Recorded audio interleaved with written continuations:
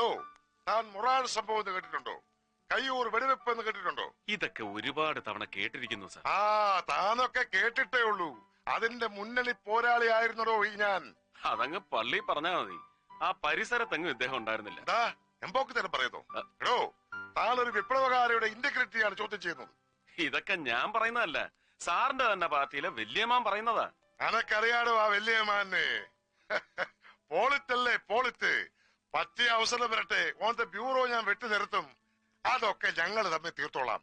നമ്മളിപ്പോ എവിടെയാ പറഞ്ഞു നിർത്തിയത്? അല്ല, നമ്മളൊന്നും പറയുന്നില്ല, എല്ലാം സാറ് തന്നെയാണ് പറയുന്നത്. അതെ, ഞാൻ പറയുന്ന കാര്യം ഞാനല്ലാതെ പിന്നെ താൻ പറഞ്ഞാൽ ശരിയാകൂ. അത് കൊള്ളാം. താൻ ഇന്നലെ എന്ത് പോക്കരത്തിനാണ് ആ കോടതി കിടന്ന് കാണിച്ചത്? വിപ്ലവം കൊടിമൂത്തുന്ന കാലത്ത് പോലും കോടതി കയറിയാൽ ഞങ്ങളൊക്കെ പരമാവധി 2 മുദ്രാവാക്യം വിളിക്കും. അതും ആരും കേൾക്കാതെ. ഇതാണോ നിരപരാധിനെ പിടിച്ച് അപരാധിയാക്കിയതും പോരാ, യഥാർത്ഥ അപരാധിനെ ഇയാൾ തൂക്കിയെടുത്തോണ്ട് വന്ന് കൂട്ടു നിർത്തിയപ്പോ ജഡ്ജിയുടെ മുമ്പിൽ വെച്ച് തന്നെ അവനിട്ട് വെച്ച് കീറിക്കൊടുക്കുക എന്നൊക്കെ പറഞ്ഞ് ഇവിടെ നോക്കണു. തല പോലെ കാര്യങ്ങൾ പറയുമ്പോ അയൽവക്കത്തെ തെങ്ങുമേലുള്ള തേങ്ങ എന്ന നിന്റെ മറ്റേ പരിപാടി ഉണ്ടല്ലോ, അതിവിടെ വേണ്ട. അവിടം കൊണ്ട് നിർത്തിയോ? കോടതി മുറ്റത്തോട്ടിറങ്ങി നേരത്തെ അടിയല്ലായിരുന്നു? ഒരുമാതിരി പൂരപ്പറമ്പില് ആന വരണ്ട പോലെ. അവൻ പയ്യൻ, പ്രായക്കുറവ്, അതിന്റെ വിവരക്കേട്.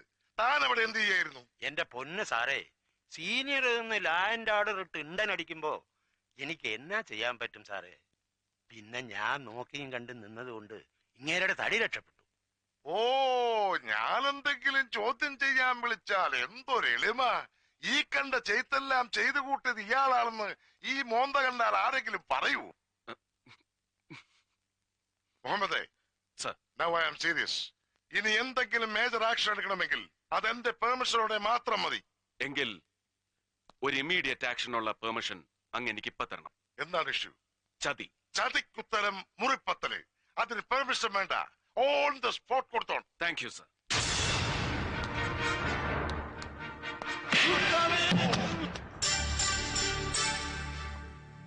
ഇറങ്ങി പോടോ എന്റെ മുമ്പിൽ നിന്ന്. എടോ, തന്നോടല്ലേ പറഞ്ഞ ഇറങ്ങിപ്പോവാൻ?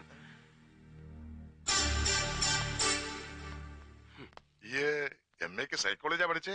അല്ല, എക്കണോമിക്സ്. പിന്നെ എന്റെ മനസ്സിൽ ഇപ്പൊ അതൊക്കെ എങ്ങനെ മനസ്സിലായി? ഈ ഇപ്പൊ വീക്ക് വിട്ട നസ്രാണി പോത്തനല്ലേ ജോൺ വർഗീസ്, നമ്മുടെ DYMന്റെ പിള്ളേരെ വിട്ടിട്ട് ഓലിട്ട് 2 പിഴക്കണമെന്ന് ഞാനും കുറെ നാളായി വിചാരിക്കണു. ഇനിയിപ്പൊ അത് വേണ്ടല്ലോ. എന്താണ് സാർ കാര്യം? ക്രിസ്തുമസിന് പോലും പള്ളിയിൽ പോവാത്ത തെണ്ടി മലയാള മാസം 1-ാം തീയതി ആകുമ്പോ ഗുരുവായൂർ കിടന്ന് തിരിഞ്ഞു കളിക്കുന്നത് കാണാം. ഭരണം മാറിയൊന്നും അറിഞ്ഞിട്ടില്ല അവൻ. ഇപ്പോഴും മറ്റവന്റെ ആളാ. ഇവിടെ നടക്കുന്നത് അവിടെ ചെന്ന് പറയും, അവിടെ നടക്കുന്നത് ഇവിടെ വന്ന് പറയും. എല്ലാം കൂടെ ചേർത്ത് പോളിറ്റിക്സ് എന്ന് അങ്ങോട്ട് വ്യൂറും. ഏത് ഷെട്ടി ചാടിപ്പോയി, എനക്കറിയാം. ഓൻ ചതിച്ചതാ ജോൺ. സാരയിലിടൂ, ഷെട്ടിക്ക് താനത്തെ ചൂണ്ടയ്ക്കും കൊളുത്തിനും ബലം പോരാ. എന്താ അടുത്ത സ്റ്റെപ്പ്? വെറും ഒരു റഹീം ഹാജി കൊലക്കേസിൽ ഒതുങ്ങുന്നതല്ല ഷെട്ടിയുടെ ഒരു ക്രിമിനൽ ഹിസ്റ്ററി. അവനെക്കുറിച്ച് കേട്ട അതിശയോക്തികളെല്ലാം ഒരുപാട് ആംപ്ലിഫൈഡ് ആണെന്ന് ആദ്യം എനിക്കും തോന്നിയിരുന്നു. No, too long, too high and very deep. ഇത്ര വലിയൊരു ആന്റി സോഷ്യൽ ആറ്റിറ്റ്യൂഡ് അവൻ മെയിൻറ്റെയിൻ ചെയ്യുന്നതിന്റെ മോട്ടിവേഷനാണ് പിടികിട്ടാത്തത്. സർ, വെറും ഒരു പൊളിറ്റിക്കൽ അപ്പോയിന്റ്മെന്റ് ആണ് എന്റെ ഈ സൂപ്രണ്ട് ഉദ്യോഗം എന്നറിയാൻ. അത് ഡിമാൻഡ് ചെയ്യാത്ത ഡെപ്തിലേക്ക് ഞാനൊന്ന് ഇറങ്ങിക്കോട്ടെ, അറ്റ്ലീസ്റ്റ് ഇൻ ഷെട്ടീസ് കേസ്. ഇടയ്ക്കൊരു അല്പം നാറ്റം അടിച്ചാലും ഒരു പോലീസ് സൂപ്രണ്ടിന്റെ പരിധിക്ക് പുറത്തു നിന്ന് കളിക്കാനും അങ്ങനെ അനുവദിക്കണം, അത്യാവശ്യ ഘട്ടത്തിൽ. അതായത് നിന്നെ അഴിച്ചു വിടണം. പിന്നെ നീ ഒപ്പിച്ചു കൂട്ടുന്ന പുലിവാലുകൾക്കൊക്കെ ന്യായം പറഞ്ഞ് നാട്ടുകാരുടെ മുമ്പിൽ ഞാനൊരു തിരുമണ്ടനാവണം. നാടിന്റെ തന്നെക്കല്ലേ ആവാം. സഖാക്കളൊക്കെ സഹായിച്ച് എനിക്കിപ്പോ അങ്ങനെ ഒരു ഇമേജ് ഉണ്ട്.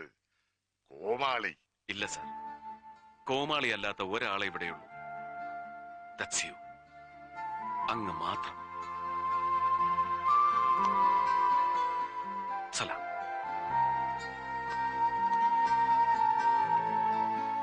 സലാം.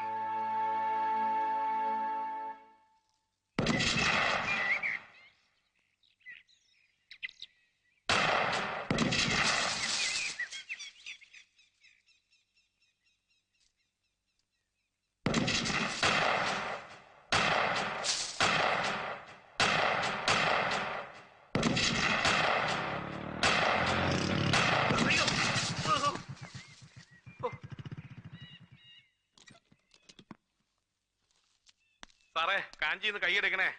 ആകാശത്ത് വെച്ച അവസാനം എന്റെ നെഞ്ചി കൊള്ളും.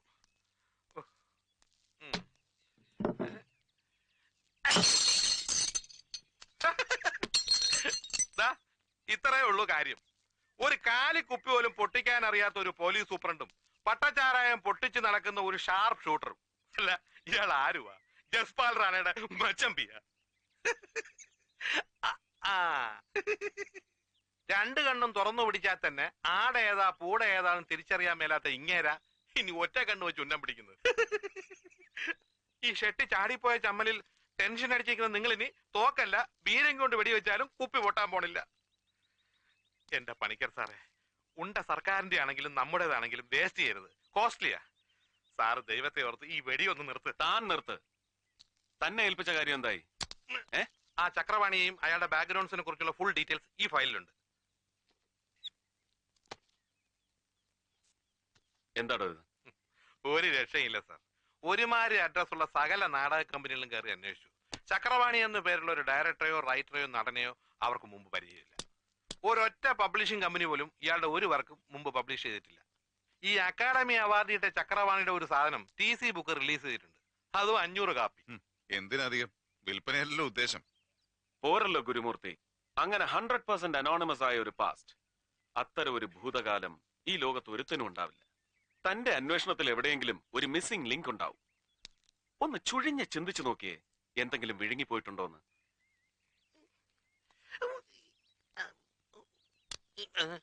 എടോ, വിഴുങ്ങിയത് പുറത്തെടുക്കാൻ താൻ ഇനി അപ്പിയുടെ ഓക്കാനിക്കൊന്നും വേണ്ട.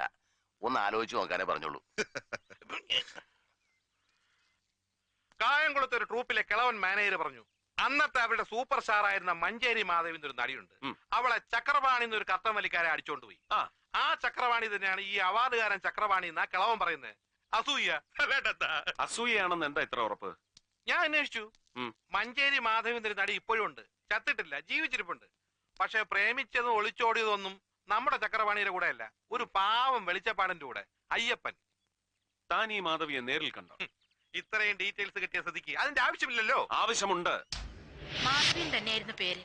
അത് പണ്ട്. ഇപ്പൊ ഞാൻ മറിയാണ്. ഒരു വെളിച്ചപ്പാടിന്റെ ഭാര്യയായിരുന്ന നിങ്ങളുടെ ഈ മതം മാറ്റം നിങ്ങളുടെ ഭർത്താവിന്റെ സമുദായത്തിന് എങ്ങനെ അംഗീകരിക്കാൻ കഴിയും? ഒരുത്തന്റെ അംഗീകാരം എനിക്ക് വേണ്ട സാറേ. ഈ കത്തനാരച്ചന്മാരും കൊള്ളാം, കന്യാസ്ത്രീ മഠവും കൊള്ളാം. ഒരു ദേവീക്ഷേത്രത്തിലെ വെളിച്ചപ്പാട് അസുഖം വന്ന് വീണൂന്ന് കേട്ടപ്പോഴേ അവന്മാര് ചാടി വീണു. അയാളുടെ ഭാര്യയെ തന്നെ തൂക്കിയെടുത്തോണ്ട് പോയി മതവും മാറ്റി പേരും മാറ്റി കഴുത്തേലൊരു കുരിശു ഇട്ടു വന്നു. കണക്ക് നോക്കുമ്പോ പിടികിട്ടിയ കുഞ്ഞാടുകളുടെ ലിസ്റ്റില് ഒരു വെളിച്ചപ്പാടിന്റെ ഭാര്യയെ കണ്ട കാശു മുടക്കി ഇറ്റലിയിലെ സായിപ്പന്മാർക്ക് സന്തോഷാവൂല്ലേ? ചെമ്പകക്കാവിലെ വെളിച്ചപ്പാട് ഉറഞ്ഞു തുള്ളി തല പൊളിഞ്ഞു ബോധം കെട്ട് വീണുന്ന് സാറന്മാര് വായിച്ചു കാണൂല്ലേ പത്രത്തില്. ദേ തോന്നി അയാളുടെ കുടുംബത്തിന് ഒരു 500 രൂപ അയച്ചു തരാഞ്ഞത് എന്താരും. ഒരുത്തരും ഒന്നും തന്നില്ല. വെളിച്ചപ്പാട് വെളിച്ചപ്പെട്ടില്ലെങ്കിലും സാരമില്ല, അന്തിമയക്കത്തിന് മാധവി ചേച്ചി ഒന്ന് വെളിപ്പെട്ടാൽ നിത്യചെലവിന് മുട്ടുവരില്ലെന്ന് അവിടെയുള്ള ചില വലിയ മുഴുത്തോമാര് വിളിച്ചു പറഞ്ഞു.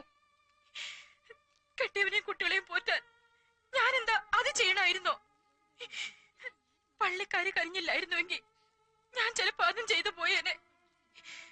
അമ്പലമെങ്കിൽ അമ്പലം, അന്തോനിസ പുണ്യാളനെങ്കിൽ അന്തോനിസ പുണ്യാളൻ, അല്ലാഹു എങ്കിൽ അല്ലാഹു. അത്താഴത്തിനുള്ള അരി ആരൊപ്പിച്ചു തരുന്നുവോ ഞാൻ അവരുടെ കൂടെയാ. എന്താ സാറേ, അത് പാടില്ലെന്നുണ്ടോ നിങ്ങളുടെ നിയമത്തിൽ? മതി മതി, ആ വിഷയം നമുക്ക് വിടാം. ഞങ്ങൾക്കറിയേണ്ടത് അവനെ കുറിച്ച് മാത്രമാണ്. നിങ്ങളുടെ ആദ്യ ഭർത്താവില്ലേ ചക്രപാണി, അവനെ തന്നെ. ഇവരോട് പറഞ്ഞതിൽ കൂടുതലായി ഒന്നും എനിക്കറിയില്ല. 10-20 കൊല്ലം മുമ്പ് നടന്നൊരു പഴങ്കഥ, അതൊക്കെ ഞാൻ എന്നേ മറന്നു. ഈ കോൺവെന്റിലെ ചട്ടങ്ങൾ അനുസരിച്ച് ഇതിൽ കൂടുതൽ എന്തെങ്കിലും സംസാരിക്കണമെങ്കിൽ പൗലോസച്ചന്റെ അനുവാദം വേണം. ഓ, എന്നെ അനുവാദമാ? ഈ കോൺവെന്റ് എന്നൊക്കെ പറയുന്നത് പെണ്ണുങ്ങൾ ഒറ്റയ്ക്ക് താമസിക്കുന്ന സ്ഥലമല്ലേ? നിയന്ത്രണത്തിന് വേണ്ടി ഒരു ചട്ടം, അത്ര തന്നെ. ആ ചക്രപാണിയെ കുറിച്ച് ഈ പറഞ്ഞതിൽ കൂടുതലൊന്നും അവൾക്കും അറിയാമെന്ന് എനിക്ക് തോന്നുന്നില്ല. സാറിന് ആവശ്യമുണ്ടെങ്കിൽ അവളെ കൂടുതൽ ചോദ്യം ചെയ്യുന്നതിന് ഞാനൊരു തടസ്സമല്ല. അനുവാദം തന്നിരിക്കുന്നു. എന്താ? ഓ അച്ചോ, ആ മേസ്തിരി എന്താടോ? ആ മേസ്തിരി ഇതുവരെ വന്നില്ല. അപ്പൊ ലേ തിന്നു ഓടത്തില്ല എന്ന് സാരം. ആ ചെട്ടിയാരോട് ഞാൻ എന്നാ പറയൂ എന്റെ കർത്താവേ.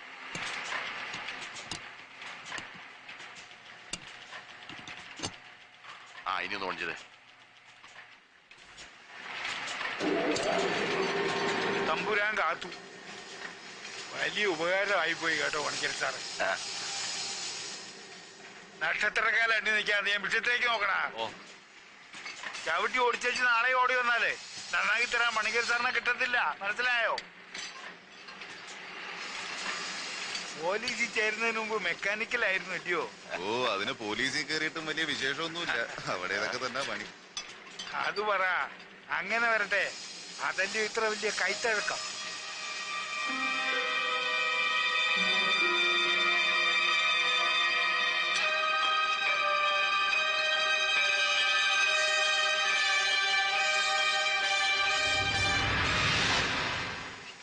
സർ, ഒന്നൊന്ന്. Seems very very familiar. എവിടെയോ ഇതുപോലൊന്ന് കണ്ടിട്ടുണ്ട്, ഓർമ്മ കിട്ടുന്നില്ല. എവിടെയോ കണ്ടതുപോലെ. ആ, വിലാസ്ക് അച്ഛാ, ഇത് എന്തിന്റെ കോമ്പൗണ്ടാ? ആർക്കറിയാം. ശിവകാശിക്കാരൊരു ചെട്ടിയാറ് തന്ന ആറാ. മെറ്റലും ഡൈയോ അയാള് തരും. നമ്മൾ സാധനം അടിച്ചു കൊടുത്തേച്ചാ മതി. സ്ഥലം ശിവകാശി അല്ലയോ? വല്ല തീപ്പെട്ടി കമ്പനിയുടെയോ പ്രിന്റിംഗ് മെഷീന്റെയോ സാധനമായിരിക്കും.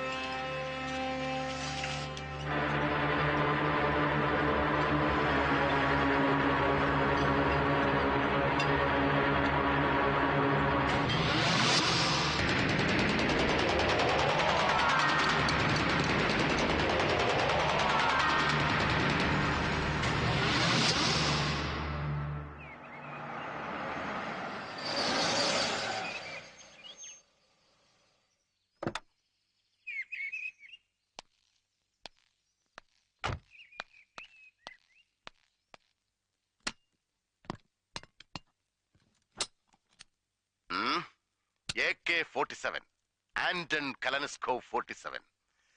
ഇറാഖിലേക്ക് റോക്കറ്റ് വിട്ട് കളിക്കുന്ന അമേരിക്കയ്ക്കും ബംഗ്ലാദേശിനും ഒരുപോലെ പ്രിയപ്പെട്ടവൻ.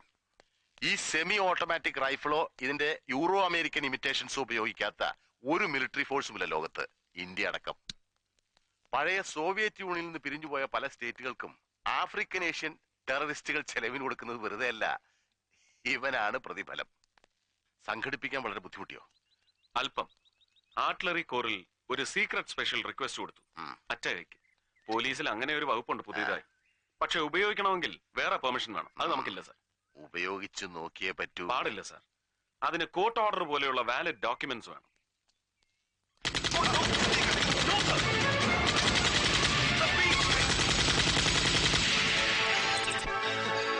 എന്ത് ഭ്രാന്താണ് ഈ കാണിച്ചത്? Are you really mad? ഇത് വട്ട് തന്നെയാ. വട്ട് തന്നെയാ. പക്ഷേ അത് ആർക്കൊക്കെയാണ്, ഏതിനൊക്കെയാണ്, എങ്ങനെയൊക്കെയാണെന്ന് അറിയണമെങ്കിൽ I have to use an AK-47. See the firing perfection. ഇത് ഒറിജിനൽ തന്നെയാ. Now I have to dismantle this gun. ഇത് അഴിച്ചു പറിച്ചതിന്റെ ആക്കോ ആണിയൊക്കെ ഒന്ന് ഇളക്കി പരിശോധിക്കണം.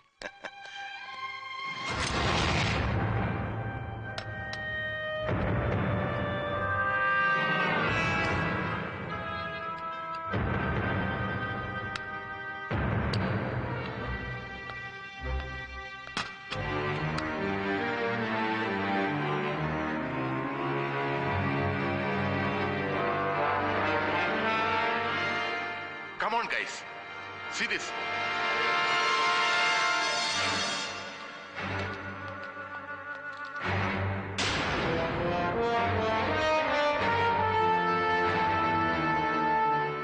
Come on.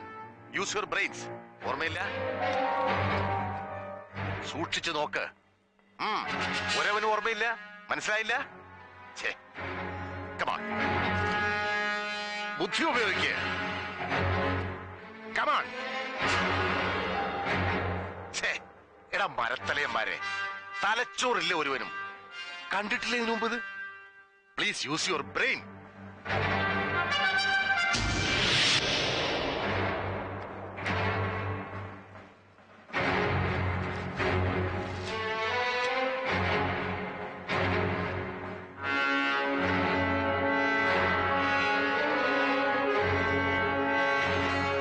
പിടികിട്ടിയില്ല അല്ലേ?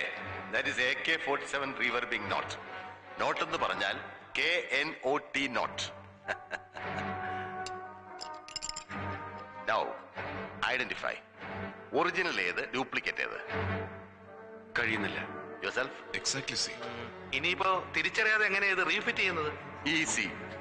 ഈ റഷ്യൻ മെറ്റൽ അലോയുടെ തേർമൽ റെസിസ്റ്റൻസ് പവർ എന്ന് പറഞ്ഞാൽ 5000 ഡിഗ്രി സെന്റിഗ്രേഡ് ആണ്. പക്ഷെ അച്ഛന്റെ ഈ ഡ്യൂപ്ലിക്കേറ്റ് തരക്കേടില്ലാത്തൊരു കൊല്ലന്റെ ആലയെ കൊണ്ടുവച്ചാൽ ഉരുയൊലിക്കും. ഏറിയ 1200 degree centigrade. Imitations are still imitations only.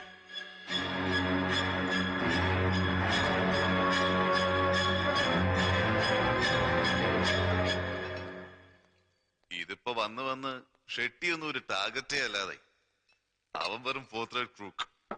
വിശ്വസിക്കാൻ കഴിയുന്നില്ല. ഒരു ക്രിസ്ത്യൻ മിഷണറിയിൽ ഇതൊക്കെ ഉണ്ടാക്കാന്ന് വെച്ചാ അതും ഒരു പ്രീസ്റ്റ്. എന്തൊരു ചങ്കൂറ്റം. ചങ്കൂറ്റമാണോന്ന് നിർബന്ധമൊന്നുമില്ല, അജ്ഞതയുമാകാം. സായിപ്പ് മൂക്കുകൊണ്ട് ഇക്ഷായും എണ്ണായും വരച്ചിട്ട് നടക്കാത്തൊരു കോമ്പിനേഷൻ ആണോ ഏതോ ഒരു പൗലോസച്ചൻ അതും ഒരു സെക്കൻഡ് ഹാൻഡ് കോയമ്പത്തൂർ ലെയ്ത്തും വെച്ച് നോന്നും പറഞ്ഞുണ്ടാക്കാമോ? അപ്സൈഡ് എന്ന് പറഞ്ഞു വെറുതെ തള്ളിക്കളയരുത് സാർ. ഒരു ഡൗട്ട്, ഞാൻ ചുമ്മാ ചോദിച്ചോട്ടെ. ആ കത്തനാരാച്ചനെ പൊക്കിയ എന്തെങ്കിലും തടഞ്ഞാലോ? No. ധൃതി പാടില്ല. മതന്യൂനപക്ഷം, ക്രിസ്ത്യൻ പുരോഹിതൻ, ഞാനൊരു Muslim. It's a very delicate area. രാജ്യം ചിലപ്പോ കത്തും. എന്ത് ചെയ്യും സർ? Gregory, come.